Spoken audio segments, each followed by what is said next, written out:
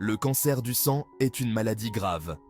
Il affecte les cellules sanguines du corps, en particulier les globules blancs qui combattent les infections. Cela rend le corps vulnérable. Il existe différents types de cancer du sang, chacun présentant ses propres défis. Des traitements traditionnels comme la chimiothérapie existent. Cependant, on recherche des options plus douces. Les plantes sont utilisées à des fins médicinales depuis des siècles. Pourraient-elles détenir la clé de la lutte contre le cancer du sang? Explorons cette possibilité. De nombreuses cultures ont utilisé les plantes en médecine depuis des millénaires, explorant leurs propriétés curatives et préventives. Ces traditions recèlent souvent de précieuses connaissances transmises de génération en génération, enrichissant notre compréhension de la nature. Par exemple, le curcuma est une épice utilisée en Inde depuis des siècles, non seulement pour ses qualités culinaires, mais aussi pour ses bienfaits médicinaux. Le curcuma contient un composé appelé curcumine, reconnu pour ses propriétés anti-inflammatoires et antioxydantes. Des études montrent que la curcumine pourrait être capable de ralentir la croissance des cellules cancéreuses, offrant ainsi un potentiel thérapeutique prometteur. Ce n'est là qu'un exemple du potentiel des plantes, qui continuent de surprendre les scientifiques par leurs multiples applications. Un autre exemple est le thé vert, une boisson ancienne aux multiples vertus. Le thé vert est riche en antioxydants, des composés qui jouent un rôle crucial dans la protection de notre santé. Ces antioxydants peuvent protéger les cellules contre les dommages causés par les radicaux libres, réduisant ainsi le risque de maladies chroniques. Certaines études suggèrent que le thé vert pourrait jouer un rôle dans la prévention du cancer, ajoutant une autre dimension à ses bienfaits. Les scientifiques étudient activement les plantes. Ils recherchent de nouvelles façons de lutter contre le cancer du sang. Certaines études montrent des résultats prometteurs. Par exemple, une étude a révélé qu'un composé présent dans le raisin, appelé resveratrol, pouvait tuer les cellules leucémiques. Bien que des recherches supplémentaires soient nécessaires, c'est encourageant.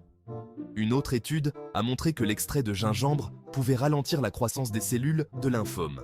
Ce ne sont là que deux exemples des recherches en cours dans ce domaine. Section 4. Comment les composés végétaux combattent le cancer? Les composés végétaux agissent de différentes manières pour lutter contre le cancer. Certains peuvent empêcher les cellules cancéreuses de se développer et de se propager. D'autres peuvent stimuler le système immunitaire pour mieux combattre les cellules cancéreuses. Par exemple, la curcumine du curcuma peut empêcher les cellules cancéreuses de se multiplier rapidement. Elle y parvient en interférant avec leur voie de signalisation, perturbant ainsi leur croissance. Les antioxydants du thé vert peuvent protéger les cellules contre les dommages oxydatifs. Ces dommages oxydatifs peuvent parfois conduire au développement du cancer. En protégeant les cellules des dommages, le thé vert pourrait réduire le risque de cancer et favoriser une meilleure santé globale. Section 5. L'avenir de la guérison, l'espoir pointe à l'horizon. Les traitements à base de plantes contre le cancer du sang sont encore à l'étude.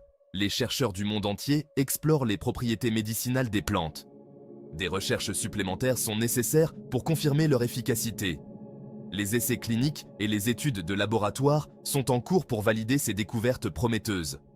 Cependant, les premières conclusions sont porteuses d'espoir. Les résultats préliminaires montrent des signes encourageants.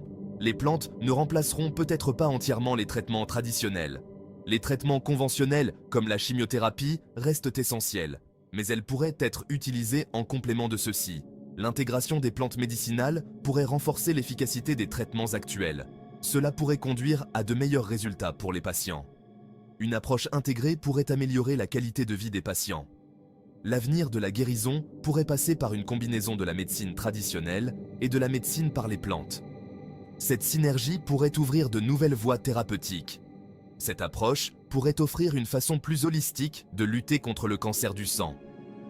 En combinant les forces de la nature et de la science, nous pourrions transformer l'avenir des traitements médicaux.